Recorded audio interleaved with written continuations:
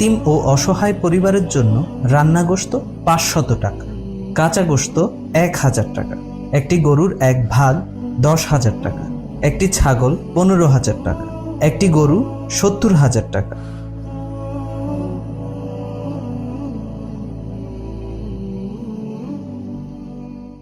আপনিও আমাদের সাথে এতিম ও অসহায় পরিবারের জন্য রান্না গোশত 500 টাকা, কাঁচা গোশত 1000 টাকা, একটি গরুর 1 ভাগ 10,000 টাকা, একটি ছাগল 15,000 টাকা, একটি গরু 70,000 টাকা।